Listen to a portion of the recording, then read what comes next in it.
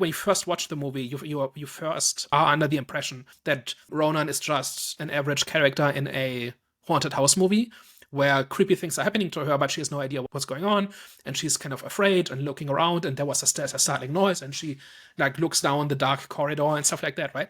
For a while, like that sequence when Dodo first comes home and the hauntings start at night, that feels like a very standard ghost movie, right? But then there's a revelation later on that shows that she knew how the curse worked the entire time. And so she was not this kind of passive victim the entire time. She's a victim, but she's not. She knows how the curse works. And she's been working to spreading this curse the entire time.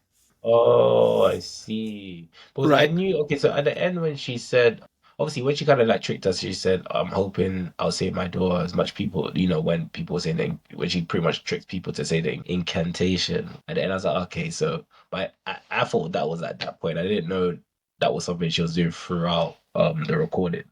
That Which, also means that she's been making this recording the entire time on purpose. Right? The entire thing is a trick to get us to care enough to watch the video.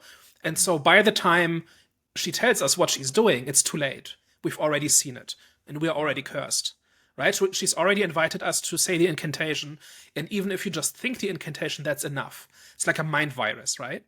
And also, we've seen the video of that crypt where the Buddha statue exists.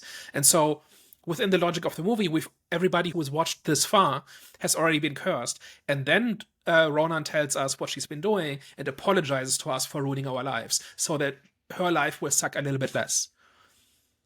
Right? That's the yeah. entire thing, and that means like, but as you watch the movie up to that point, you think you're watching like a found footage movie. Like when you watch a found footage movie, you are conditioned to kind of just accept that you are seeing something real. But the entire thing is staged because Ronan put together this video in order to get us to care about her story so that we keep watching until the point where it's too late. So everything she shows us is on purpose. There are seemingly filler scenes where people ask her, "Why are you filming this?" And she says, "Oh, it's for my mentor." But really, it's material for her trap, and the trap, and we are the target of the trap. And so when I watched it for the first time, I kept thinking, well, I mean, I'm enjoying this, but why is this a found footage movie? This makes no sense. Why is she constantly filming? And like that question exists with every found footage movie, but with this one, it's kind of especially big. Like your child is in mortal danger and is crying and is sick and is dying. Why are you still filming? Like this, why are you still filming question is at the heart of every found footage movie, right?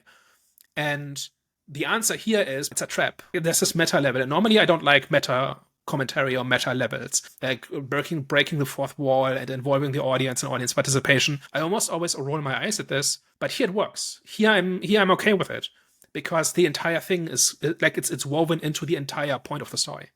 And I think that's cool. I see the film now more like in a better light now. I didn't know that. Like I said, I thought it was like a journey, but in reality, the journey was already filmed. The cover time was what she said, what she says. So yeah, okay, that's better.